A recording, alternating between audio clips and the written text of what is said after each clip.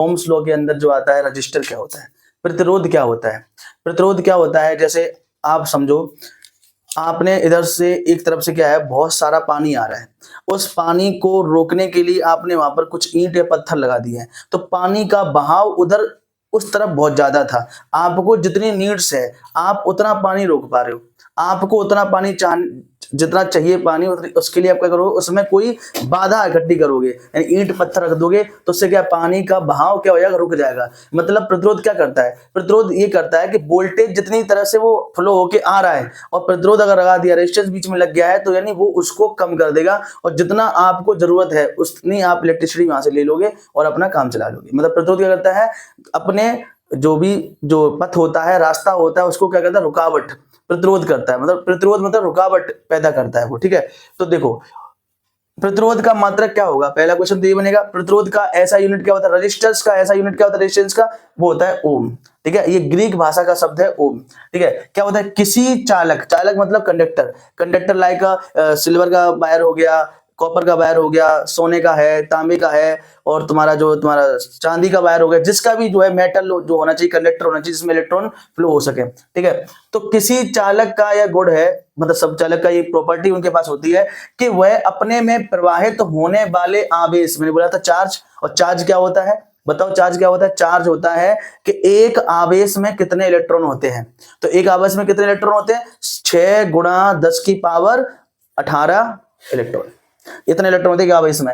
आवेश प्रवाह का विरोध करता है, किसका विरोध करता है, रेजिस्टेंस, उस आवेश की प्रवाह का। जितनी तेज से आवेश इधर से आ रहे हैं, इनका रेजिस्टेंस लगाने के बाद क्या होगा, ऐसे रेजिस्टेंस सिंबल बनते हैं रेजिस्टर का, यहां लगाने से क्या उसका विरोध करेगा, उसको रोकेगा। तो क्या होगा, R = V/I। तो यहाँ पे इसका मात्रक क्या हो जाएगा, ओम।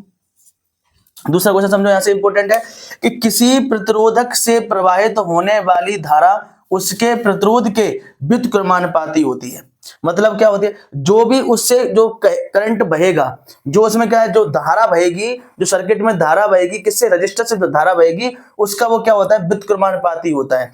यदि प्रतिरोध दोगुना हो जाएगा, यदि आप रजिस्टर को दोगुना करोगे, लंबा कर दोगे, तो विद्युत धारा आधी हो जाएगी। कैसे हो जाएगी, आधी हो जाएगी। जैसे यहाँ पे समझो, यदि मैं रजिस्टेंस को बढ़ाता हूं, R बढ़ाऊंगा, तो ऑटोमेटिक क्या होगा, मेरा करंट कम हो जाएगा। अगर मैं यहाँ पर R को कम करूंगा तो ऑटोमेटिक क्या होगा, इनवर्सली प्रोपोर्शनल होता है, मेरा करंट जो है वो बढ़ जाएगा, मतलब धारा मेरी जो है बढ़ जाएगी। मतलब क्या है, यदि रेजिस्टेंस दोगुना होगा, रेजिस्टेंस दोगुना करोगे तो जो तुम्हारी विद्युत धारा होगी वो आधी हो जाएगी।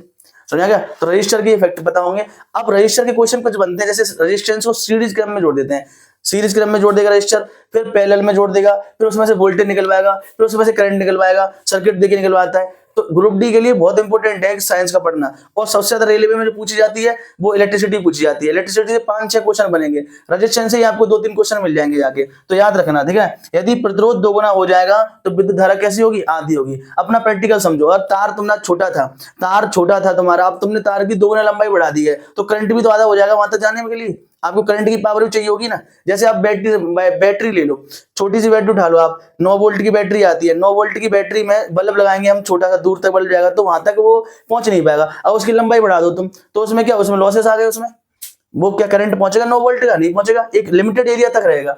तो क्या हुआ, आपने क्या बढ़ाया, आपने प्रतिरोध बढ़ाया, आपने रेजिस्टेंस बढ़ाया, लेकिन वोल्टेज क्या हो गया, उसे वोल्टेज कम हो गया तो करंट का धारा कम हो जाएगी। ठीक है, ठीक है, हटा दो। प्रतिरोध मतलब करंट के वोल्टेज के बीच में आके क्या करना, बाधा उत्पन्न करना।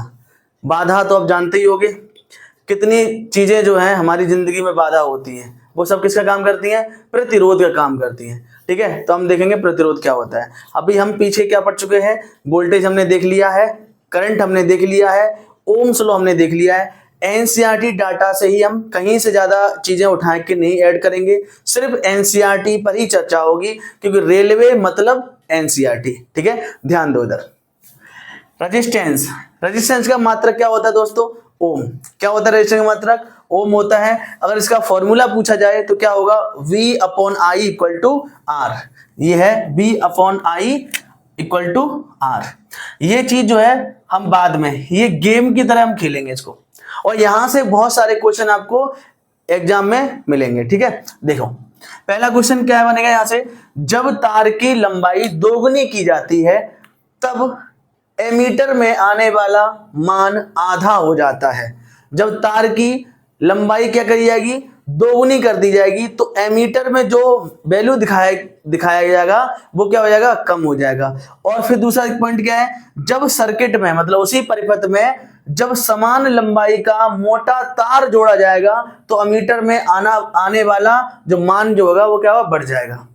मतलब वैल्यू कब बढ़ेगी और वैल्यू कब घटेगी, समान लंबाई का पतला तार जोड़ोगे तो वैल्यू घटेगी और मोटा तार जोड़ोगे तो वैल्यू बढ़ेगी। ठीक है। दूसरा पॉइंट देखो यहां पर, किसी चालक का प्रतिरोध, अगर मैं कहूं कि जैसे चालक लाइक अ कंडक्टर, क्या बोलते हैं चालक को, कंडक्टर। सबसे अच्छा चालक क्या है, चांदी और सोना। उसके बाद क्या आता है, कॉपर। फिर कौन सा आता है, एल्यूमिनियम। फिर आयरन आता है। तो ये सब क्या है, ये मेटल है और ये चालक का काम करते हैं। तो किस पदार्थ पर चालक डिपेंड करेगा, मतलब चालक की कुछ प्रॉपर्टी रही होंगी कि क्या इसमें होना चाहिए जो बेस्ट चालक के लिए, मतलब बेस्ट कंडक्टर के लिए। तो देखो चालक की लंबाई पर निर्भर करता है, किस पर निर्भर करता है, चालक की लंबाई पर। जितनी लंबाई आप बढ़ाओगे किसी भी तार की तो उसमें प्रतिरोध भी उतने साथ साथ क्या होगा, बढ़ेगा। जैसे देखो पहले यहां से लेकर यहां तक आपको बिजली भेजनी थी, अब आपने क्या करा है, इसमें दो जगह कर दिया, अब आपने लंबाई बढ़ा दी है तो प्रतिरोध भी इसका बढ़ जाएगा। जैसे मैं कहूं ये 2 ओम का था और ये 2 ओम का है, तो अब कितने ओम हो गया, 4 ओम हो गया। तो बताओ रेजिस्टेंस बढ़ा कि नहीं बढ़ा, बढ़ा। दूसरा क्या है, अनुप्रस्थ काट के क्षेत्रफल पर, मतलब क्रॉस सेक्शन एरिया पर। अब देखो अभी ये कितना छोटा सा है, अभी देखो इसका एरिया कुछ ज्यादा है, कुछ एरिया इसका ज्यादा नहीं है, मोटा वायर नहीं है। अगर मैं यहाँ पे 4 मार्कर ले लेता हूं, अगर मैं 4 मार्कर बना के इस तरह से बना दूंगा तो देखो कितना मोटा वायर हो गया, हो गया ना, हो गया। क्रॉस सेक्शन एरिया कितना बढ़ गया है, तो यहाँ पर भी इस पे डिपेंड करता है कि ये प्रतिरोध को क्या करेगा, बढ़ाएगा। ठीक है। अब देखो पदार्थ की प्रकृति पर, पदार्थ की प्रकृति क्या है भाई, जितना अच्छा कंडक्टर होगा उतनी अच्छी आपके घर में जो है वायरिंग में बिजली जाके फ्लो होगी, उतने अच्छे से आपके एलिमेंट जो है, जो भी इंस्ट्रूमेंट घर में काम कर रहे हैं वो अच्छे से वर्क कर पाएंगे। जैसे आपने देखो बिजली फिटिंग करने वाले आते हैं तो वो हमेशा क्या कहते हैं, कॉपर का वायर लेके आओ। कॉपर का मोटा वायर अच्छे से आप वायरिंग में लगवाओगे तो आने वाले भविष्य में क्या होगा, वायरिंग फेल नहीं होगी। तो कॉपर का क्यों किया, क्या हम चांदी के वायर लगा सकते हैं, क्या सोने के वायर लगा सकते हैं, ये सबसे अच्छे कंडक्टर हैं। आप देखो हमारे मोबाइल होता है, जो भी हमारा मोबाइल होता है उस पर जो ईचिंग की जाती है, अब ईचिंग का मतलब नहीं समझते होंगे हम लोग, तो देखो सर्किट होता है पूरा, एक हमारा मोबाइल किस पे वर्क करता है, सर्किट पे वर्क करता है। सर्किट में लाइन खींची जाती है, मतलब उसमें ड्रॉ किया जाता है तो गोल्ड लगाया जाता है। आज देखो गली मोहल्ले में कबाड़े वाले आते हैं तो क्या कहते हैं, 50 रुपए में पुराने टच के मोबाइल बेच दो। वो क्या करेंगे, उसमें से छोटा छोटा परतों से जो क्या निकालेंगे, गोल्ड निकालेंगे। तो मतलब क्या है, वो चालक अच्छा है तभी तो गोल्ड लगाया है। आप रिमोट ले लो 30 रुपए का, रिमोट लेके 30 रुपए जब रिमोट आप फोड़ोगे तो उसपे सिल्वर कलर का लगा होगा, मतलब एल्यूमिनियम का लगा होगा, वो 30 रुपए का है भाई। वो मोबाइल कितने का आता है, 20,000 का आता है। तो दोनों में अंतर है। ठीक है। तो क्या इफेक्ट करता है, चालक मतलब रेजिस्टेंस के ऊपर डिपेंड करता है। जितना अच्छा रेजिस्टेंस आप लगाओगे उतने बढ़िया आपको बिजली प्रोडक्टिविटी मिलेगी। अब यहाँ पे क्वेश्चन हमारा कैसे बनेगा, रेलवे में एक क्वेश्चन बहुत पूछा जाता है, क्या चालक की लंबाई बढ़ाने पर रेजिस्टिविटी बढ़ेगी, हाँ बढ़ेगी। देखो यहाँ पर हम गेम की तरह खेलेंगे इसको, अगर आप रेजिस्टेंस बढ़ाओगे तो लंबाई बढ़ेगी, अगर आप रेजिस्टेंस घटाओगे तो लंबाई घटेगी। क्लियर हुआ, पहला क्वेश्चन तो ये हो गया। दूसरा क्वेश्चन क्या आता है, कि अगर आपने ये क्रॉस सेक्शन एरिया को बढ़ाया है, क्या करा है, बढ़ाया है, तो ये रेजिस्टेंस क्या होगा, घटेगा। यदि आप इसको घटाओगे तो रेजिस्टेंस क्या होगा, बढ़ेगा।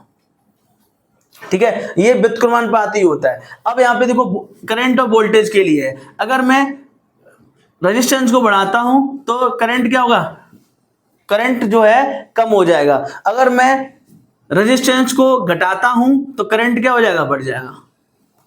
ठीक है, ये दोनों, ये देखो ये क्या है, ये इनवर्सली प्रोपोर्शनल है, ये भी ये प्रोपोर्शनल है। ये तो वो बोलते हैं व्युत्क्रमानुपाती, इसको बोलते हैं अनुक्रमानुपाती। ठीक है। तो रेजिस्टेंस के में आई थिंक जो है डाउट जो है क्लियर हुए होंगे। ठीक है, कर दो, और समझ में आया। देखिए रेजिस्टेंस में अब हम आगे के एक टॉपिक पढ़ेंगे, प्रतिरोधकता। अभी था प्रतिरोध, प्रतिरोध का जो मात्रक होता है वो होता है ओम। प्रतिरोधकता का जो मात्रक होता है वो होता है ओम मीटर। अब देखो रो होता है, एक रो, ये तो है R equal to rho L upon A. L लंबाई, ए उसका क्रॉस सेक्शन एरिया हो गया, और रो जो है वो उस चालक पदार्थ की क्या बताता है, विद्युत प्रतिरोधकता को बताता है रो। और रो का जो ऐसा ही मात्रक जो होगा वो क्या होगा, ओम मीटर होगा। बहुत बार बच्चे गलत कराते हैं, उन्हें लगता है प्रतिरोधकता और प्रतिरोध सेम है, नहीं, अलग अलग है भाई। प्रतिरोध का जो मात्रक होता है वो ओम होता है और प्रतिरोधकता का जो मात्रक होता है वो अलग होता है, वो होता है ओम मीटर। अब देखो, धातुओं तथा मिश्र धातुओं की प्रतिरोधकता अत्यंत कम होती है। अब देखो, धातुओं की प्रतिरोधकता और जो मिश्र धातु होती है, भाई मिश्र धातु किससे बना हुआ मिलाकर, क्या कोई इंसुलेटर डालोगे इसमें, नहीं, मिश्र धातुओं के लिए भी तो आप धातु चुनोगे ना धातु में। तो देखो 10⁻⁻8 ओम मीटर से लेकर 10⁻⁻6 ओम मीटर तक इनकी विद्युत चालकता होती है। और ये विद्युत की बहुत अच्छी चालक होती हैं, विद्युत की बहुत अच्छी। अब विद्युत की सबसे अच्छी चालक होती है चांदी, फिर सोना होता है, फिर कॉपर हो गया, फिर एल्यूमिनियम हो गया, फिर आयरन हो गया। इस तरह से क्रम बन जाएगा उसका। उधर से इधर देखो, रबड़ तथा कांच जैसे विद्युत रोधी, रबड़ तथा कांच जैसे विद्युत रोधी, मतलब कांच में क्या विद्युत फ्लो होगी, नहीं होगी। ये इंसुलेटर काम करते हैं, पदार्थों की प्रतिरोधकता बहुत ज्यादा हाई होती है। अब देखो 10⁻12 से लेकर 10⁻17 तक, मतलब 10 के पीछे 12 जीरो लगा दो, इतनी ज्यादा इसकी रेजिस्टिविटी होती है। किसकी, रबड़ की, और किसकी होती है, तुम्हारी कांच की। तो देखो जितने भी बिजली विभाग में जो लोग लाइनमैन का जो जॉब करते हैं, जैसे वायरमैन, टेक्नीशियन, जब बनोगे आप इलेक्ट्रीशियन के बाद, तो जब वायरमैन की आपको पोस्ट मिलेगी तो आपको दस्ताने दिए जाएंगे। और दस्ताने किसके होते हैं, पूरे इंसुलेटर के होते हैं, रबड़ के बने हुए। अब तो चलती लाइन पर जो है वो लोग क्या करते हैं, अपना जो है उसको सर्किट को सॉल्व कर लेते हैं, पूरा टागा वागा जो भी होता है उसको कटिया पीस लगाना पड़ता है, वो लगा लेते हैं, ठीक है। दूसरा देखो, किसी पदार्थ का प्रतिरोध तथा प्रतिरोधकता है ना, जो भी है, दोनों ही ताप परिवर्तन के साथ बदलते हैं। ये ताप बढ़ाओगे तो बढ़ेगी, ताप घटाओगे तो घटेगी। प्रतिरोधकता किस पर डिपेंड करती है, ताप पर डिपेंड करती है। कभी कभी क्या होता है, ज्यादा टेम्परेचर हाई हो जाने पर देखते हो घरों में लाइट आती है, तो गर्मियों के समय में क्या होते हैं, हमारे जो वायर होते हैं वो गर्म हो जाते हैं, हीट, क्योंकि उसमें लाइट भी उसमें जो है करंट फ्लो हो रहा है, वोल्टेज जा रहा है, ऊपर से टेम्परेचर का भी है। फिर कुछ चीजें सर्किट में जो आग लग जाती है, उसमें रीजन क्या आता है, उसमें रीजन यही आता है कि उसमें लोड ज्यादा पड़ गया सर्किट पर, ठीक है। बंद करो। देखो प्रतिरोधकता में अब हम थोड़ा आगे देखते हैं। टॉपिक तो भाई देखो वही प्रतिरोध वाला ही पड़ा हुआ है, अब देख लेना। मिश्र धातुओं की प्रतिरोधकता धातुओं की अपेक्षा अधिक होती है। क्या होती है, अधिक होती है। मतलब जो मिश्र धातु होती है उनकी प्रतिरोधकता जो होती है धातुओं की अपेक्षा अधिक होती है, समझ रहे हो। तो देखो मिश्र धातु कोई है तो उसमें भाई दो तरह की धातुएं मिलाई गई होंगी। तो क्या होता है कि उसमें मिश्र धातुओं की प्रतिरोधकता जो होती है धातुओं की अपेक्षा अधिक होती है, ठीक है। जैसे मिश्र धातुओं का उच्च तापमान पर शीघ्र दहन नहीं होता। जो मिश्र धातुएं होंगी उनका ज्यादा हीट कर दोगे तो वो खुद जलेंगी नहीं, मतलब खुद दहन नहीं करवाएंगे अपना, ठीक है। इसका क्या है, यही कारण है कि इन मिश्र धातुओं का उपयोग जो है हम विद्युत इस्त्री में करते हैं। मतलब आयरन जो होती है, प्रेस होती है घर में, उसमें कराया जाता है, देखो उसमें लगाया जाएगा। फिर जो टोस्टर होता है उसमें लगाया जाएगा। और विद्युत तापन जो भी मतलब ताप की चीजें होंगी जिसमें हीट होगा, जिसमें हीट होगा, जैसे मान लो आप टोस्टर हो गया और तुम्हारा आयरन हो गया, और जो चीजें जो हीट दे रही हैं उनमें लगा लो आप लोग इन चीजों को। फिर आप नाइक्रोम का तार ले सकते हो, नाइक्रोम का तार, उसकी भी बहुत ज्यादा विद्युत प्रतिरोधकता होती है। फिर देखो वैद्युत बल्बों में टंगस्टन का उपयोग किया जाता है। तो टंगस्टन का वायर कितना पतला होता है, लेकिन तो कितना ज्यादा प्रेशर, कितना ज्यादा तापमान हीट होता है, वो क्या टूटता है, क्या अपने आप को दहन करता है, नहीं। बल्ब फ्रीज हो जाएगा तब भी वो टूट के तार नीचे गिर जाएगा, लेकिन वो दहन नहीं करेगा, अपने आप को खत्म नहीं करेगा, ठीक है। दूसरा देखो वैद्युत संचरण में, अब देखो वैद्युत संचरण में किसका यूज किया जाता है, वैद्युत संचरण में जो है एल्यूमिनियम का और कॉपर का यूज किया जाएगा। क्यों भाई, उसमें टंगस्टन का वायर मिला सकते हो उसमें आप, ठीक है।